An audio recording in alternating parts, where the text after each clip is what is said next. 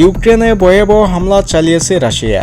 রাজধানী কিয়েভ সহ বিভিন্ন অঞ্চলে একযোগে ক্ষেপণাস্ত্র ও ড্রোন হামলা চালিয়েছে। ইউক্রেনের দাবি, এই হামলায় রাশিয়া প্রথমবারের মতো অত্যাধুনিক হাইপারসনিক ক্ষেপণাস্ত্র অরেসনেক ব্যবহার করেছে, যা পারমাণবিক অস্ত্র বহনে সক্ষম।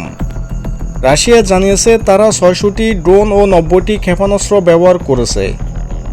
যদিও ইউক্রেনের আকাশ প্রতিরক্ষা অনেকগুলো ধ্বংস করতে সক্ষম হয়েছে, তবুও হামলায় ২ শিশুসহ অন্তত ৪ জন নিহত হয়, ৬০ শতাধিক মানুষ আহত হয়েছেন। ইউক্রেনের প্রেসিডেন্ট ভলোদিমির জেলেনস্কি এই হামলাকে ভয়াবহ বলে উল্লেখ করেছেন। এদিকে এই হামলার পর আন্তর্জাতিক মহলে নতুন করে উদ্বেগ তৈরি হয়েছে। পশ্চিমা দেশগুলো রাশিয়ার এই হামলা তীব্র নিন্দা জানিয়েছে। বিশেষজ্ঞরা বলেছেন, এই যুদ্ধ আরও বড় যুদ্ধের রূপ নিতে পারে এবং ইউরোপ সহ বিভিন্ন দেশে ছড়িয়ে পড়তে পারে। নিউজ ডেস্ক, আন্তর্জাতিক দুনিয়া।